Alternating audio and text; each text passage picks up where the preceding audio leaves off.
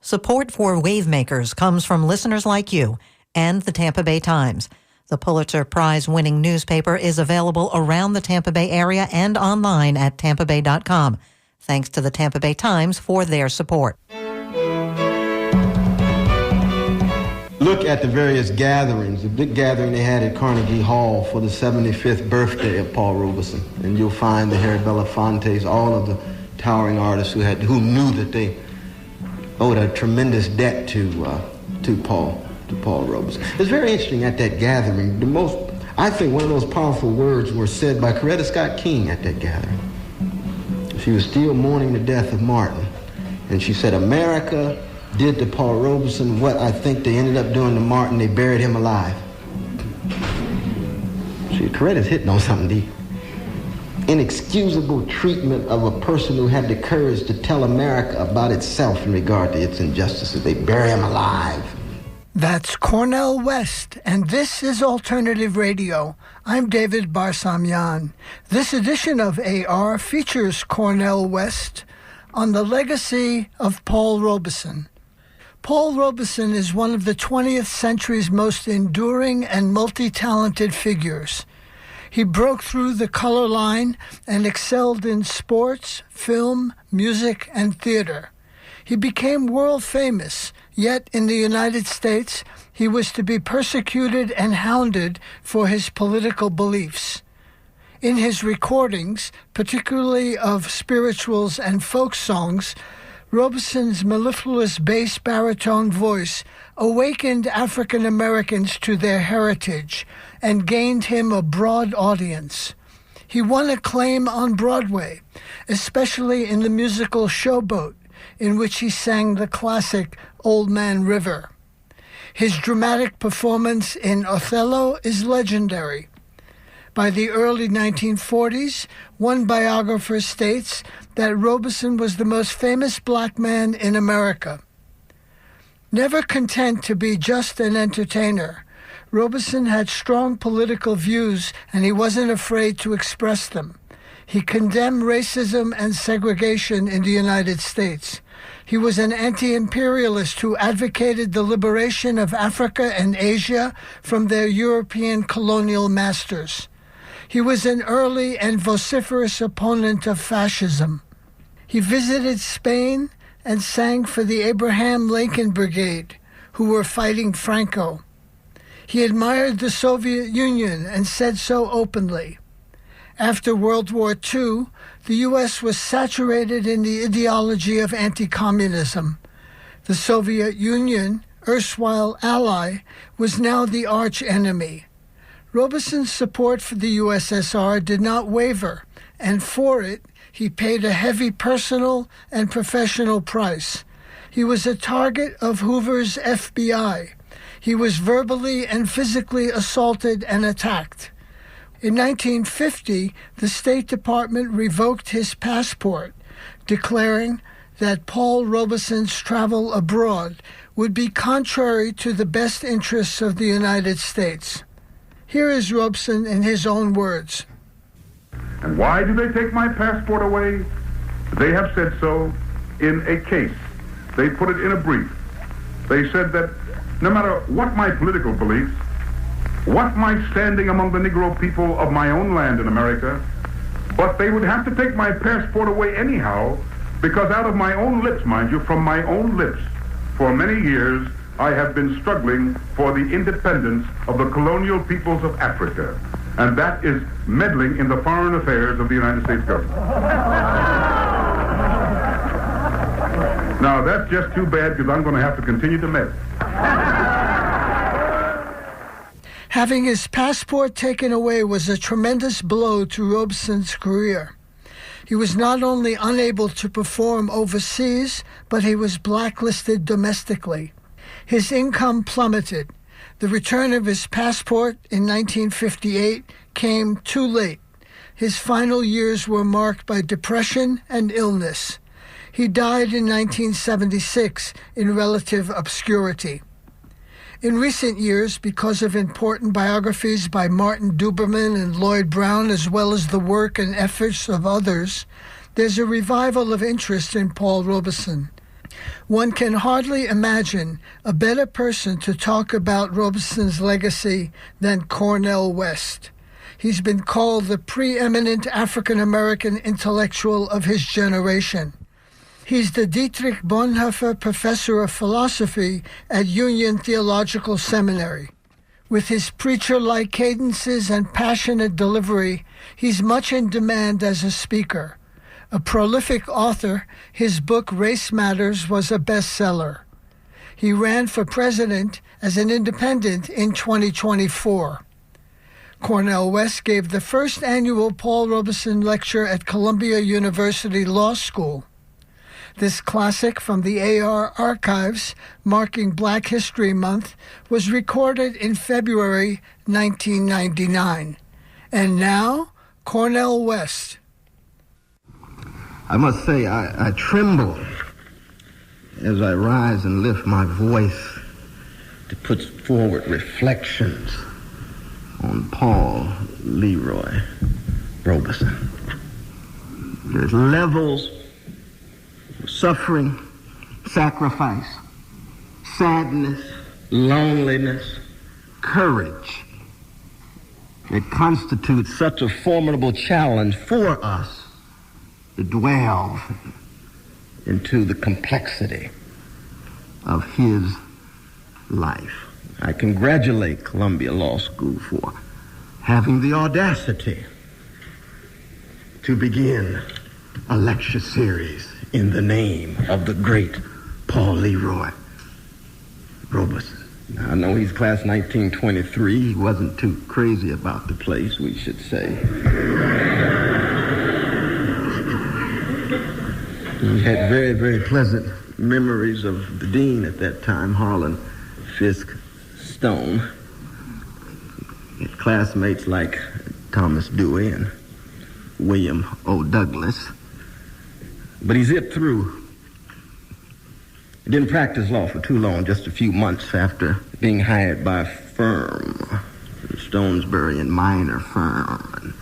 And after working on the will of Jay Gould, there was just a stenographer who said, "I'll never take dictation from a nigger." And he decided maybe he ought to do something else with his life. Never took the bar. But in the best of the Columbia Law School tradition, his mind was sharpened. But as is true in most law schools, one wonders whether the mind is not only sharpened, but also in many ways narrowed. Can you sharpen your mind and at the same time broaden it, refine it, so that you have a sense of the whole rather than zero in the specialized, professionalized, routinized way in which so much of legal studies is often done?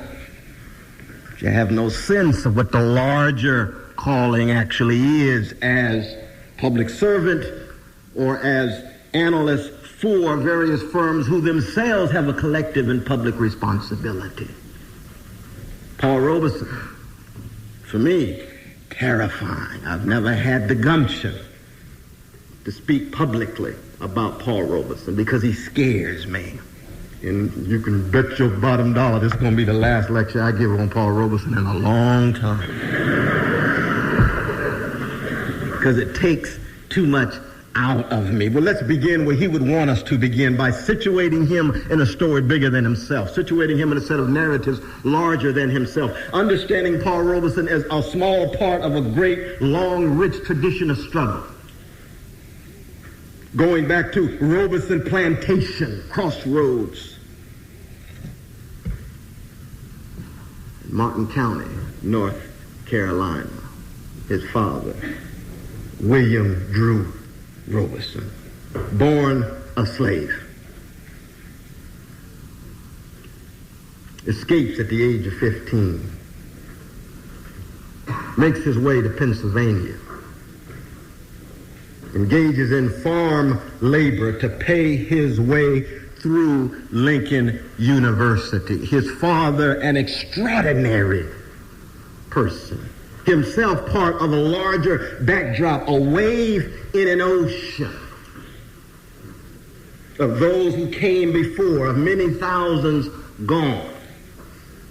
obtains his A.B. at Lincoln University, his ministerial degree at Lincoln University, and makes his way to Princeton after meeting his lovely wife, Maria Louise Bustillo.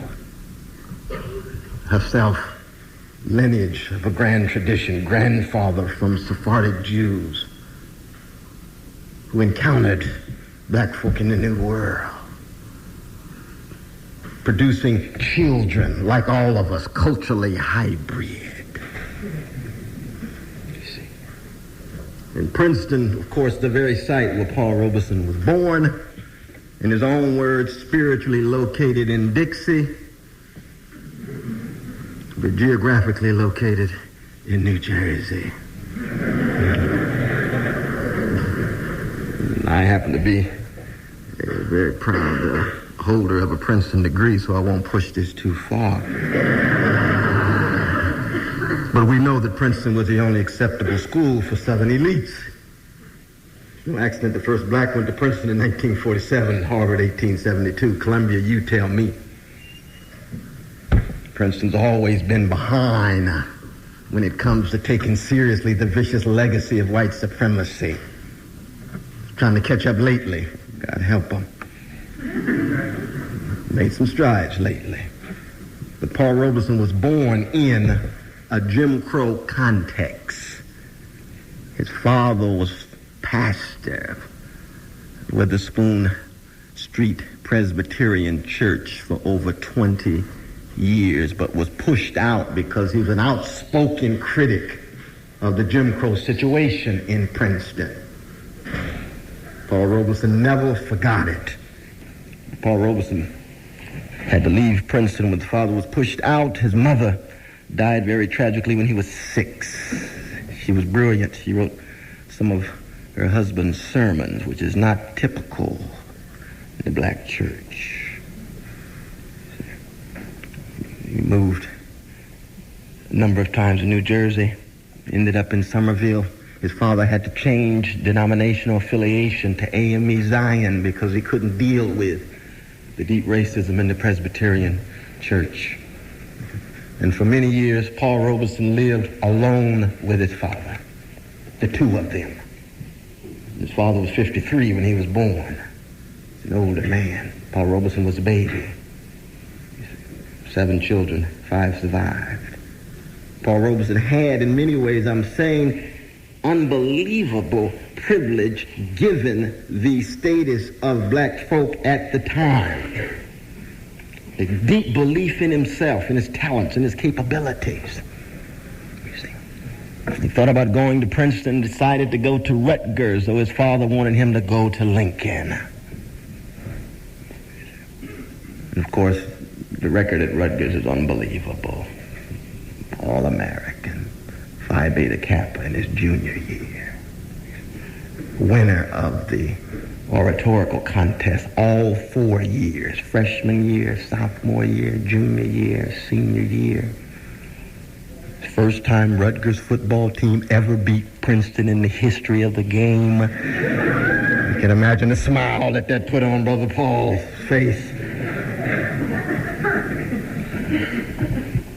And yet, as you can imagine, many schools like William and Mary and Georgia Tech refusing to play Rutgers as long as Paul was on the field.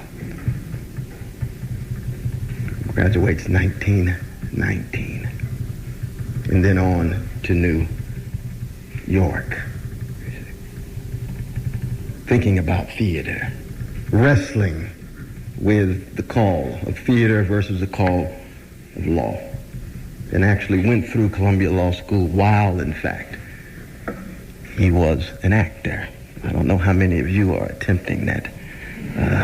It's a difficult thing to do, and it's not just a matter of learning lines in one context and memorizing cases in the other. But he pulled it off. And during the time here at Columbia, he met the love of his life, his Landa Cardozo Good. Essay. Herself, Columbia grad. God bless you. class of 1917. Obtained the first position of a black person on staff at Presbyterian Hospital. Paul Robeson met her as patient in hospital with Essie as one administering to him. Long marriage, but we're talking about buffers, what he could fall back on. Why? Because we know in his life from 1898 to 1976, he would need tremendous buffers in order to deal with the chilly whirlwinds, not just of white supremacy, but of Cold War, marginalization by mainstream black America, misunderstood, misconstrued, traveling around the world, doing what? Trying to keep alive this tradition of struggle, always viewing himself as but one person to whom the baton had been handed to, and knowing he would have to hand that baton off to those who would come after. Paul Robeson, in many ways, reflects the plight and predicament of so many Americans, especially black Americans, who had attempted to do the same thing. Think of Frederick Douglass in 1893, 2 years before he dies. No blacks allowed. The World Exposition in Chicago. But he, being representative of the State Department in Haiti, is able to attend as a Haitian, but not as a black American. Wrestling with a despair at the end of his life. Think of T. Thomas Fortune, that grand journalistic crusader, who dies all by himself in an old dilapidated hotel in Trenton, New Jersey. Think of Zora Neale Hurston, working for white mothers as a maid after writing such literary texts. Her eyes are watching God, dying all alone. No tomb for the body. Think of Marcus Garvey, by himself, London, Jamaica, late convert, Roman Catholicism, nearly forgotten. Think of Martin King's last years, the years that we would rather not think about. But he's saying over and over again, America is so much sicker than I thought. White supremacy saturates and permeates every nook and cranny. I thought I had victory. Is it relatively hollow as a Pyrrhic? Think of W.B. Du Bois. 1961. Joins the Communist Party at the age of 93.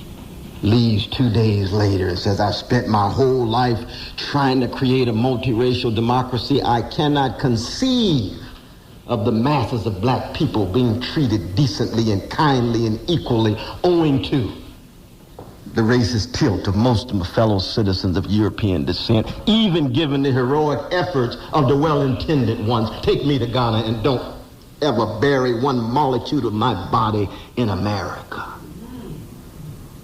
That's what we're talking about when we're talking about a Paul Robeson, not because he's perfect, pure, pristine, but because he had the courage to look himself, America, and the world in the face and say, I want to attempt to tell the truth about it. And anytime one attempts to show the ways in which our will to truth is untruthful about itself, the way in which the American will to truth is often untruthful about itself, you're going to suffer. We know about Paul Robeson's 2 suicide attempts. 1961, the wrist. 65, the scissors. The loving care of Paul Jr., unbelievably loving care of Paul Jr. and his wife, Marilyn Rosenberg Robeson, to keep Paul going during those 11 years of darkness, reminding one of the last years of Nietzsche and Herdeling and others, Not madness, but on the brink. What a price to pay, given the fact that in 1944 and 1945, he was the loving Paul Robeson. Americans crazy about him, receiving awards from every major institution. Why? Because he was supporting the war effort. But so quickly it changes when you try to be a truth teller about America. Think of Muhammad Ali. Truth teller, demonized. And after the progressive leaders and the black leaders are nearly dead, the political movements they represent, relatively dormant, they're then resurrected. King the same way every January. Now he's a hero. Now Robeson, oftentimes affirmed, appreciated, but not just his body dead and gone, but what he represented more and more feeble in our society. Where are the truth tellers and witness bearers like Paul Robeson? I want to highlight three fundamental questions in regard to Paul Robeson.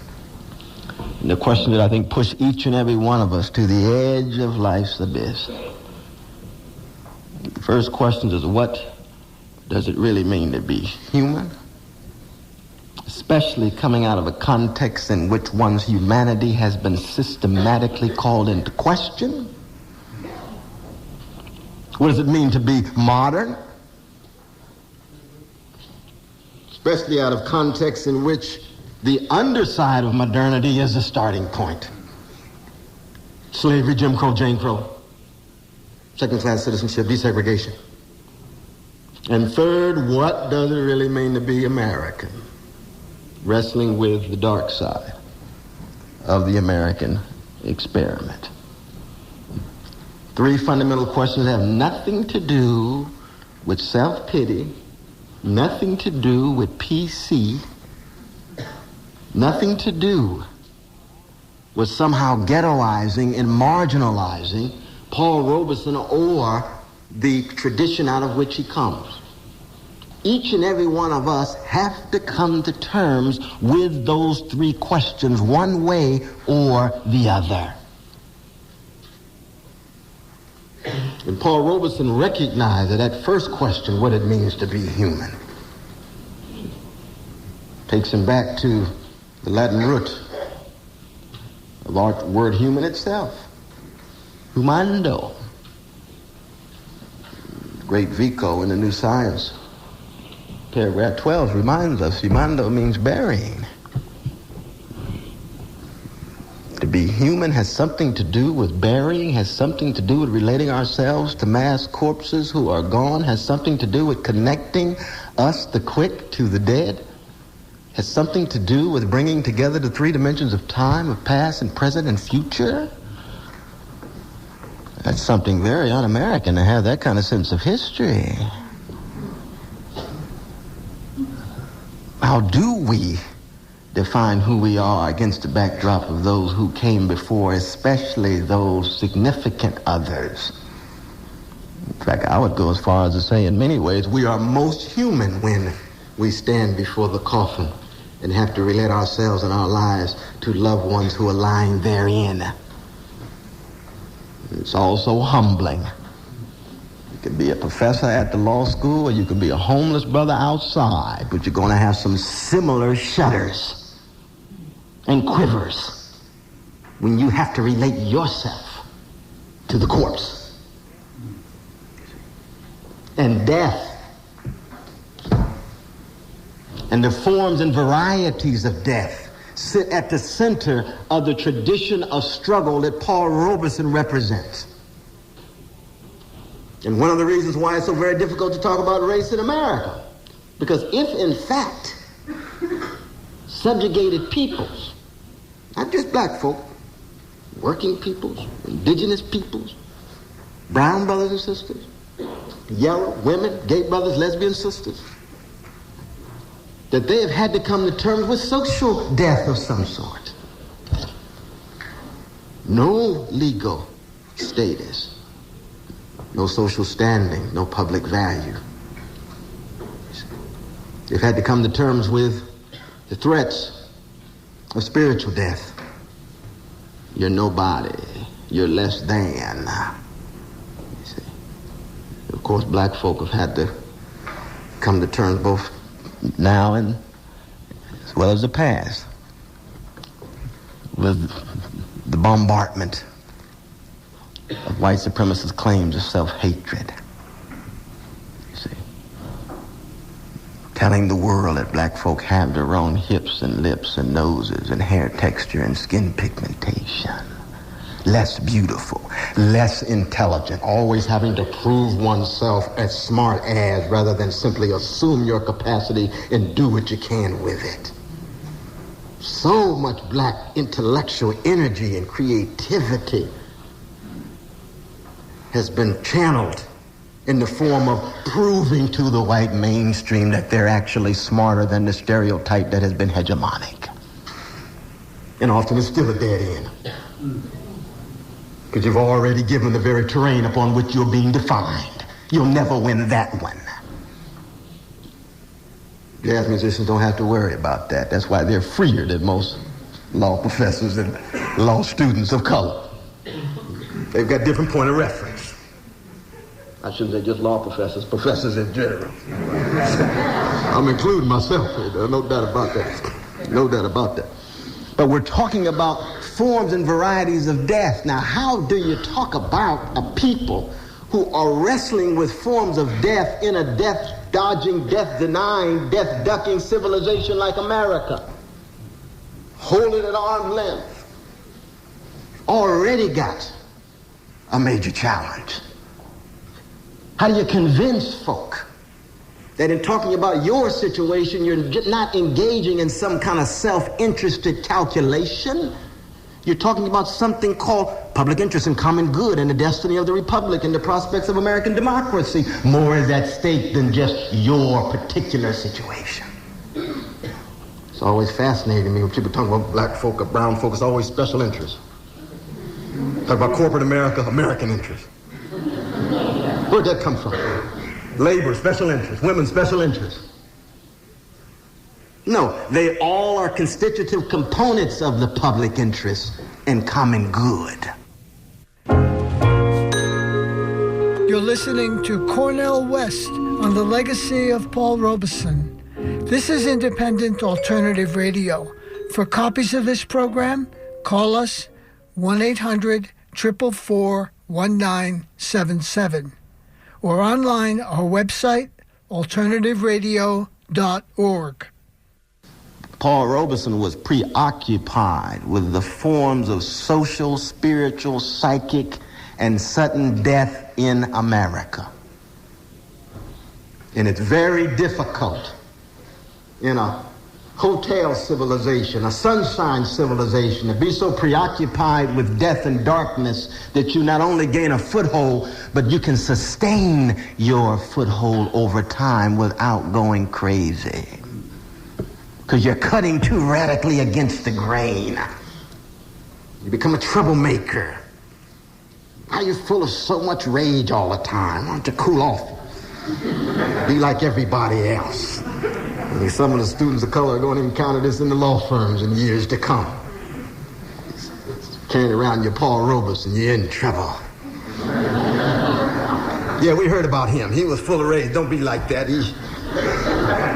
Well, we've got a lecture series at the law school. Yes, I know, but that's just for public desk discussion. We're talking about the real thing now. And of course, this affects all brothers and sisters of all colors. Paul Robeson never ever defined his project as it evolved in terms of skin pigmentation. It had to do with moral commitment and political choice. How do you talk about the legacy of forms of death in our time and in America?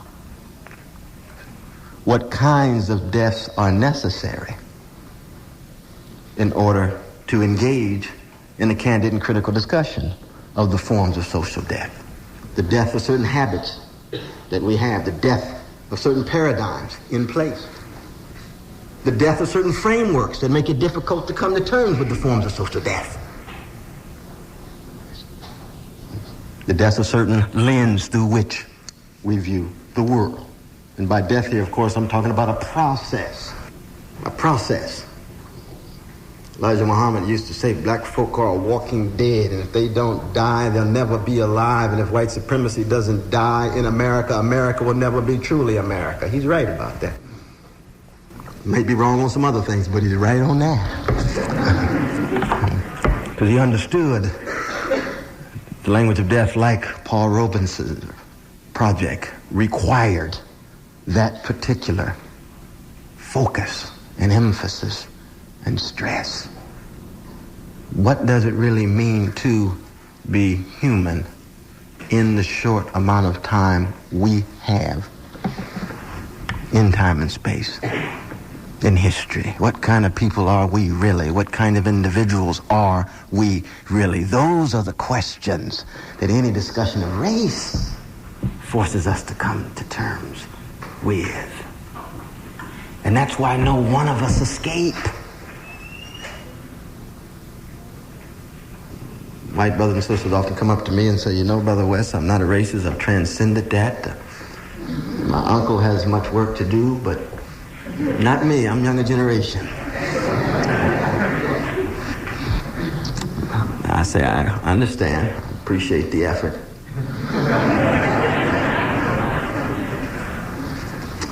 But if there's some white supremacy in me, my hunch is there's still a little in you. There's too much white supremacy in black people. And if there's white supremacy in Harlem, I know Westchester must have a little bit. So it's not a question of pointing fingers. It's not a question of name calling. It's a question of trying to be truthful about ourselves. And when we look deep into the abyss of our own souls, we see the remnants of the larger institutional and structural forces shaping us. So that individual and structure is not some either or. Race, some individual prejudice you can transcend. Race, some element of a structure that is impossible to change. They go hand in hand. It's a both and choice. Why? Because as human beings, we are beings toward death, and we're also social beings, wrestling with our institutions and structures, deeply shaped by them, but in no way determined fully by them. We make choices. We're moral agents. We're political agents as well. And Paul Robeson was always suspicious of institutions. Why he never joined the Communist Party USA. But had comrades there, you see. Always suspicious of the black church because it wasn't progressive enough, it wasn't prophetic enough. But he found solace there.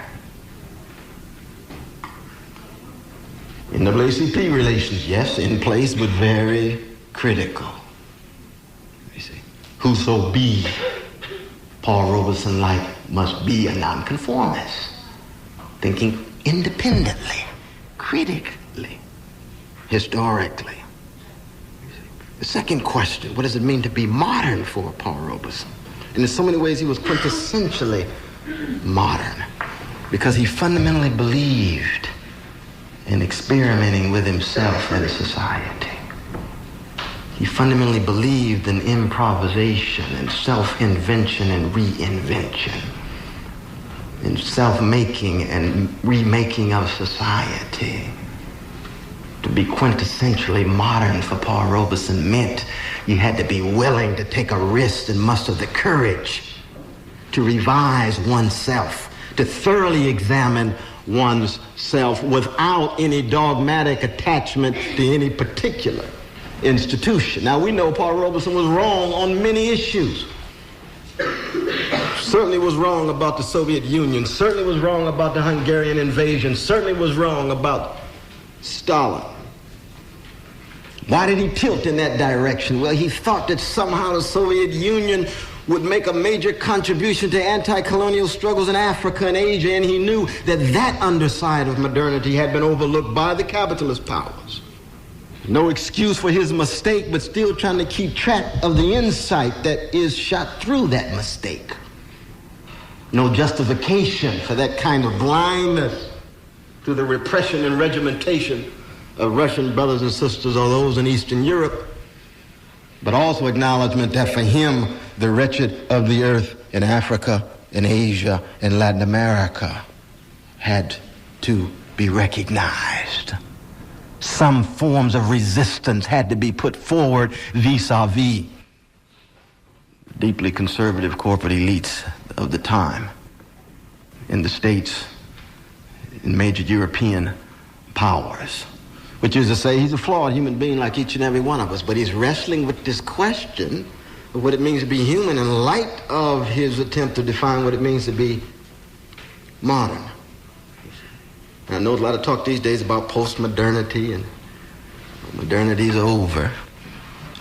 But the important thing to keep in mind for Paul Robeson was that just as death sat at the center of his definition of what it means to be human, dialogue sat at the center of what it means to be modern.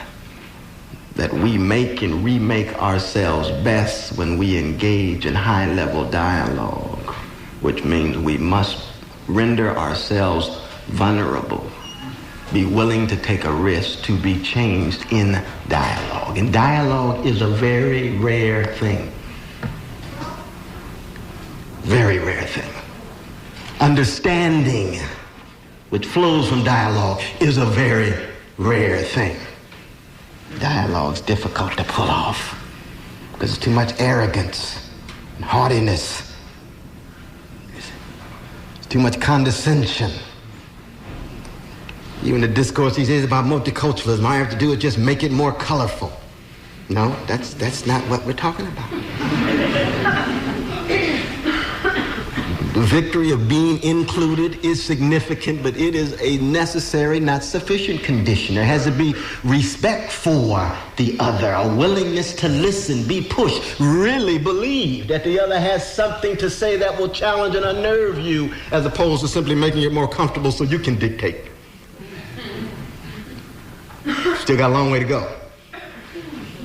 The great philosophers of dialogue, Martin Buber, Mikhail Bakhtin, Franz Rosenzweig, and others, they knew that dialogue is one of the most difficult things to pull off because it presupposes such levels of mutual respect and reciprocity. And Robeson said, I refuse, as a modern black man in America, to be disrespected. And it sounds simple, but that is a lifetime endeavor. No black person makes it from womb to tomb in America without having to deal with disrespect, defamation, disregard in subtle and not so subtle ways. Now, of course, this is true for many Americans across the board, but we're talking about legacies of institutionalized forms of disrespect, and it goes far beyond the law. And it's here, in fact, where conservative brothers and sisters are absolutely right when you say you need more than the law to actually deal with the various dimensions of the race issue. They hit the nail on the head. You can have the best laws in the world, and we need them. Not just on the books, but enforced. But if you don't have the dispositions that cultivate respect, you still have a hollow situation. And Paul Robeson always insisted on respect. Knowing he could be wrong, always believing that if he was right, others ought to take him seriously. Last but not least, the question of what it means to be an American. One of the reasons why I think it's so terrifying to wrestle with Paul Robeson is because he raises, for me, the fundamental question of American democracy. He echoes the last chapter of Volume 1 of Alexis de Tocqueville's great magisterial treatment of American democracy and democracy in America, a chapter entitled The three races that inhabit this land. I'm sure many of you recall de Tocqueville concluded that America would never create a full-fledged multiracial democracy. He couldn't imagine it. It's not simply because he was a French aristocrat either. He could not imagine it. You see. Why? Because maybe it was the case that black disrespect, or disrespect of black folk, that subjugation of black folk and others was a precondition of the flowering of American democracy. That's a horrifying thought. What if it happens to be the case that the grandest experiment in modern times in democracy, as precious and precarious and fragile as it is, requires a degraded other that helps glue a body politic together and gives them some sense of commonality? It's just that the commonality is predicated on viewing black folk as the marginal one. That's a fundamental question. And Paul Robeson was wrestling with this question. And in so many ways, he's like Frederick Douglass. He's like Martin King. He never really believed that America would not have the capacity to somehow create a multiracial democracy. You look back on his senior thesis at Rutgers, it's called On the 14th Amendment, the Sleeping Giant of the American Constitution. It's a fascinating piece. And you see this unbelievable faith in the ability of American democracy to broaden and include and embrace.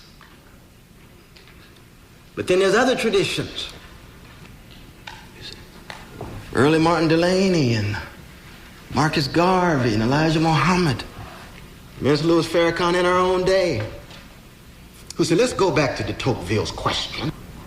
And I know we've made some breakthroughs in progress, but when it comes to the dark side of the American experience in our time, when one looks at the prison and the criminal justice system and the levels of self-celebration, self-congratulation about the thoroughgoing success of the American system, and no focus on 1 out of 2 of these black children living in poverty in the richest nation in the history of the world, and 1 out of 3 of these young black brothers being linked to the criminal justice system, be it on parole or probation or imprisonment.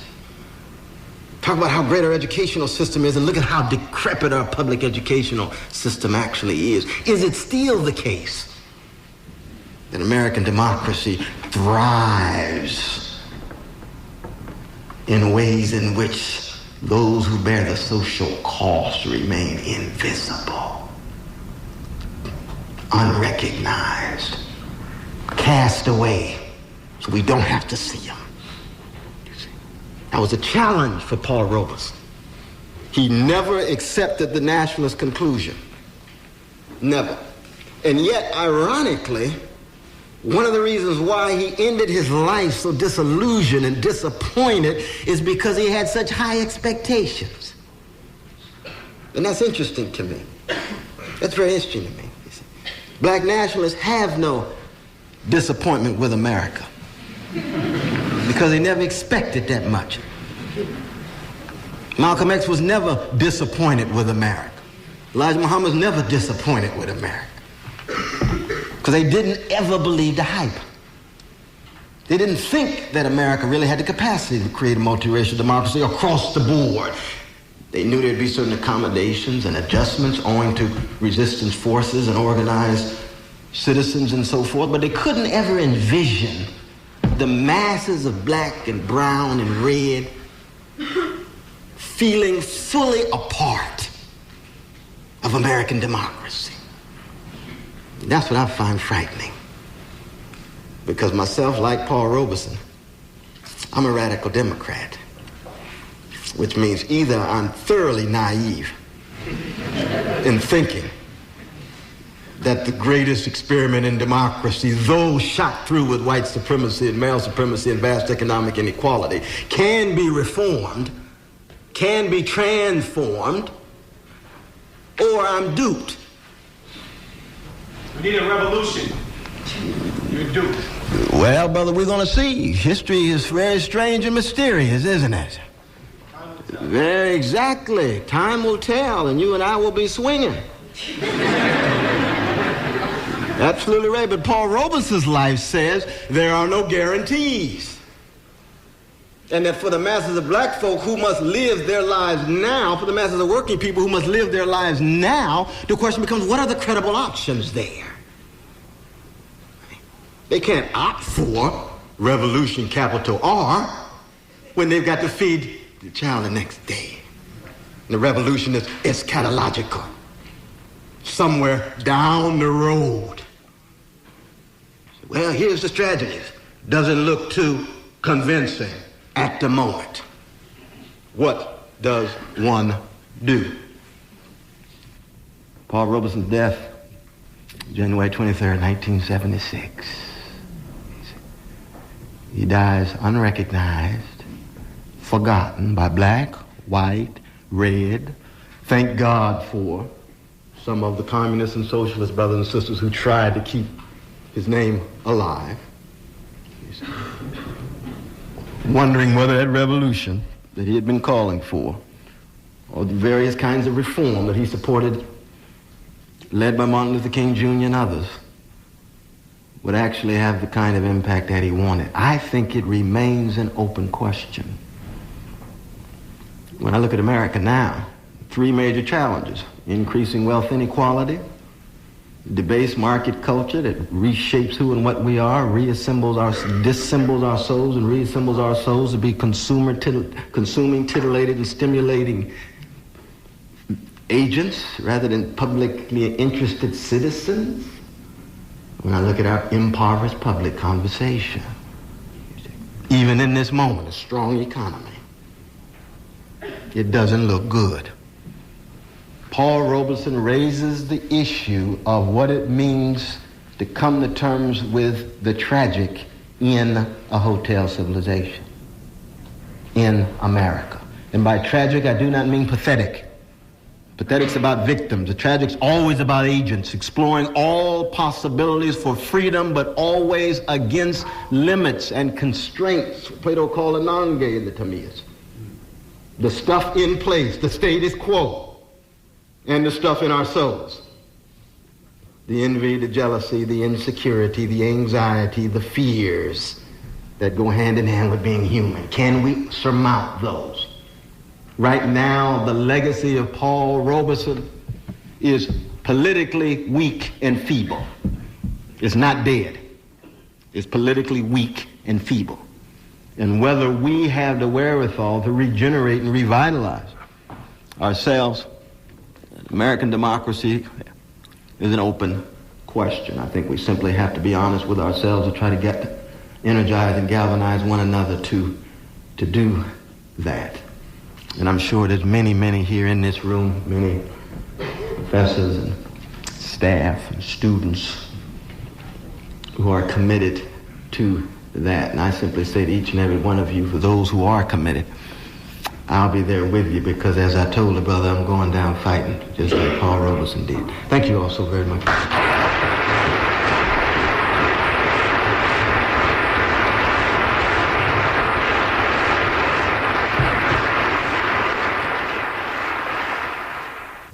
That was Cornel West on the legacy of Paul Robeson.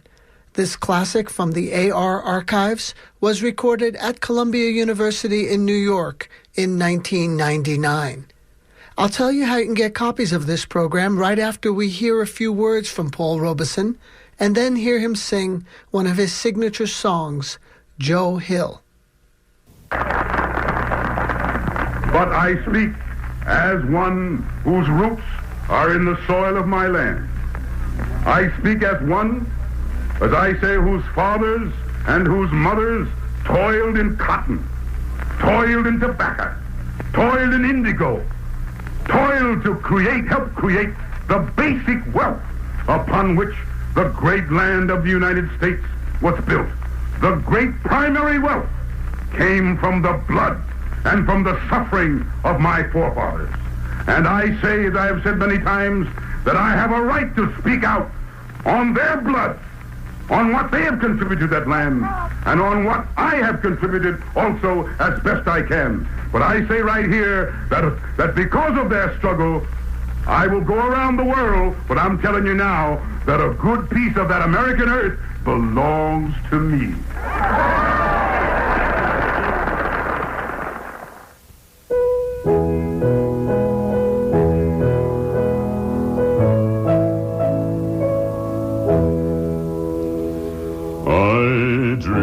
I saw Joe here last night, alive as you and me. Says I, but Joe, you're 10 years dead. I never died, says he. I never died, says he.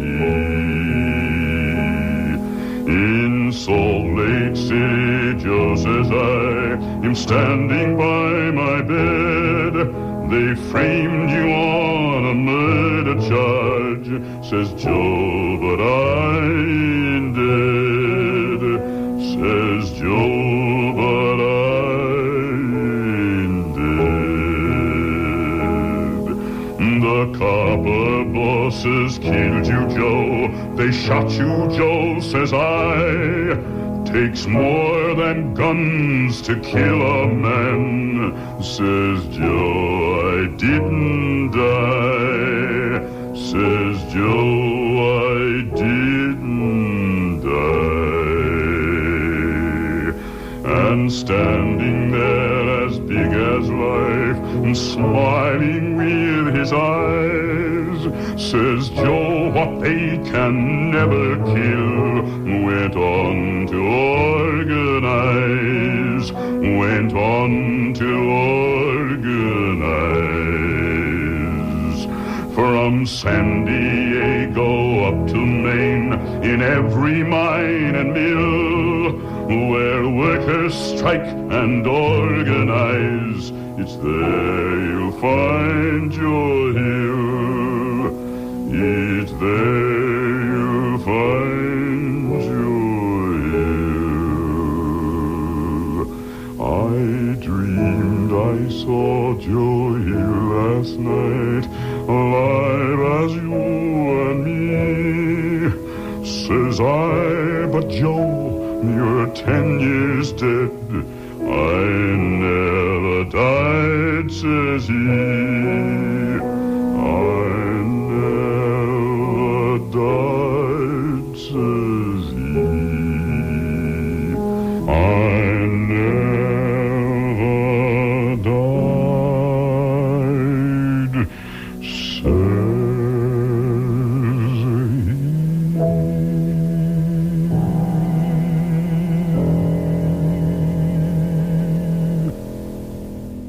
Paul Robeson singing Joe Hill. You were just listening to Cornel West on the legacy of Paul Robeson.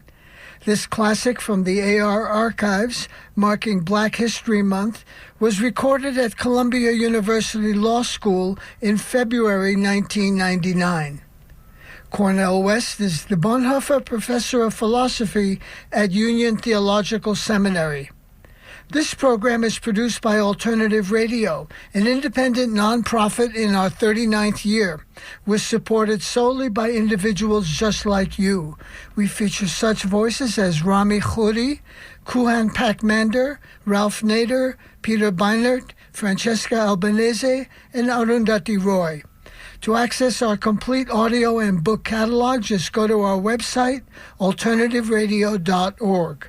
Again, our website where we are podcasting, alternativeradio.org. For copies of today's program, Cornel West on the legacy of Paul Robeson, and for Noam Chomsky's classic book, The Essential Chomsky, call us 1-800-444-1977.